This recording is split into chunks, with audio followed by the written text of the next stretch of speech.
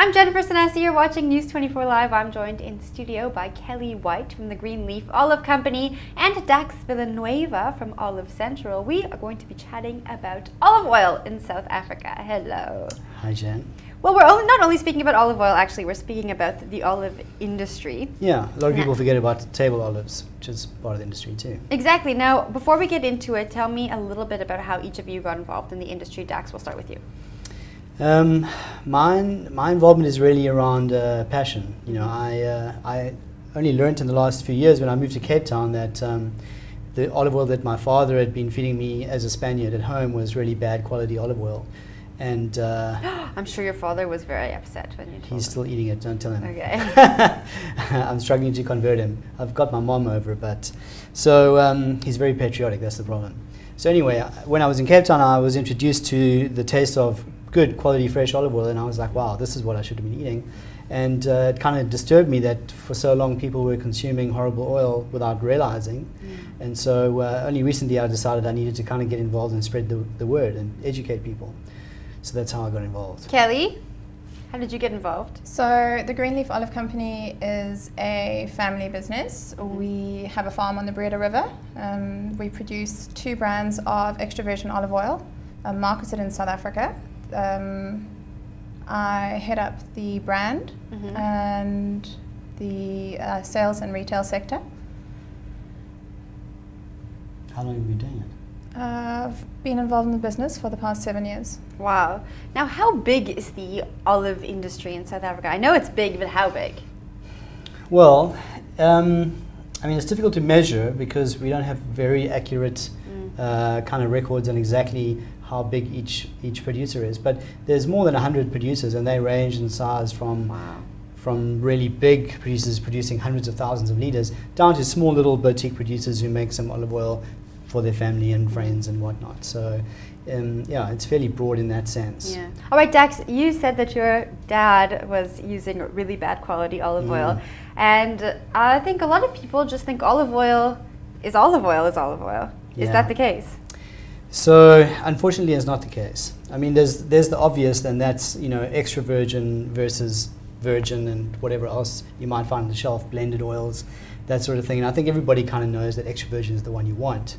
But the problem Why is extra virgin the one you want?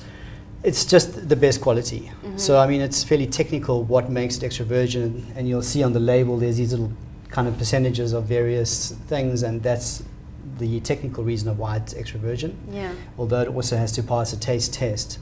But so just in terms of quality, extra virgin is the best. Yeah. Most pure. It's or are they all pure? They should all be fairly pure. Okay. But it's just about the quality. Okay. So in other words, if you're very careful about how you make it from harvesting right through to production to storage, and then kind of delivery and on the shelf, not for too long, that sort of thing. Because obviously as it gets older, it loses its freshness, and then technically it may not be extra virgin anymore, even though the bottle still obviously says it's extra virgin. Interesting. So it has a sell-by date. You know, you don't want to be using olive oil much longer than 18 months after the sell-by date. The fresher the better. It's a fruit juice. Press it, that's when it's really got its best in terms of health benefits and all that, and taste and aroma. So when you're buying olive oil, you know, a lot of people seem to think that imported oil is the best option because Spain and Italy and Greece have been making olive oil for centuries, which they have. But the problem is the stuff that we're getting here is often not the best stuff.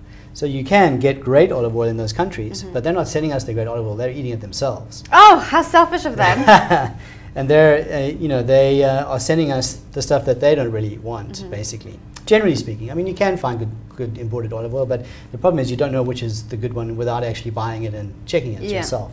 So in South Africa, we don't have that big a problem because most of our olive oil is high quality olive oil. And the South African Olive Association, which kind of monitors the quality of olive oil amongst the producers, will check all throughout the year various oils, and they will then be given a seal, which is the seal you can see on the neck here, which will have the year. Yeah, this little sticker. This one? Yeah. Okay. See, it's got the year of harvest, which is really important because you want to know that this oil that you're using is not last year's or the year before, but it's the current harvest, hopefully, or a recent harvest. Okay. And then the basic idea behind the sticker is that it's been tested and it's been shown that it is extra virgin olive oil of good quality. So when you're in the shop and you're looking on the shelf, you'll see lots and lots of bottles of olive oil, but try and go for the ones that have this sticker on, then you know that you're getting what it says is in the bottle. And pretty well any South African olive oil is... So most South African option. olive oils, you know, if it's a producer's olive oil, you do get people who buy from other people and then blend it together, and sometimes the quality can suffer. So often those won't have the sticker on, so you've got to be a bit wary of that. Okay, great. I think it's also a good idea to have a look at your packaging. You want to buy olive oil in packaging where the oil is protected from light and heat, because those are the enemies of an extra virgin olive oil. So when you say it's protected from light and heat, it should be in a dark bottle, I'm assuming, and what else? Preferably in a dark packaging where there's no light getting in, and preferably not in plastic. Okay, and then I imagine you shouldn't store it in an area that's maybe getting a lot of sun. Yeah, I wouldn't put it on the windowsill or next to your oven. You'd keep it in your cupboard and keep it somewhere dark and cool. I think But not mine in is the next fridge. to my oven right now. Ooh, do you want to just go home and quickly? Yeah. So not in the fridge. A lot of people put theirs in the fridge, but it actually, what happens to it in the fridge? It'll cloud or solidify. Yeah. Oh, really? So just a cool dark cupboard, and that's great. And actually boxes, so I mean bottles are really nice and convenient, but you see a lot of oil coming in kind of cardboard box now, and that's a really great way of storing oil because you don't get any oxygen going in because of the tap. So that every time you open a bottle, get a bit more oxygen in, and etc. And so over time, you can have a little bit of oxidization. But the box, obviously, no sunlight getting in, no oxygen getting in, so it's a great way of storing oil. Okay, great. Now, Kelly, can you talk us through the olive oils we have on the table here today?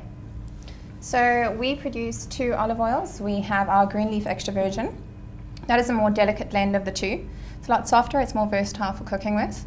Then our Saint Sebastian is a more intense oil, more robust. It's got more of a pungent, peppery taste to it. That one is great for finishing dishes off, or your salads, dressing soups. They're both the same quality. They're both cold extracted, extra virgin.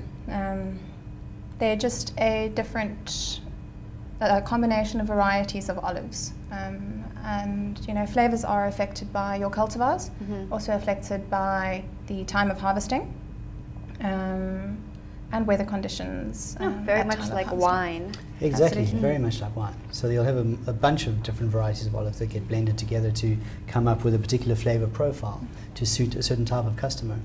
So which is another thing you want to look out for when you're buying olive oil. Is this a strong olive oil or is it a delicate olive oil? And so that's why Greenleaf and many companies offer different types for different types of taste. I think a lot of people just go to the store and grab it and think olive oil. It's olive oil. It's going to taste like olive oil, but we are learning a lot today.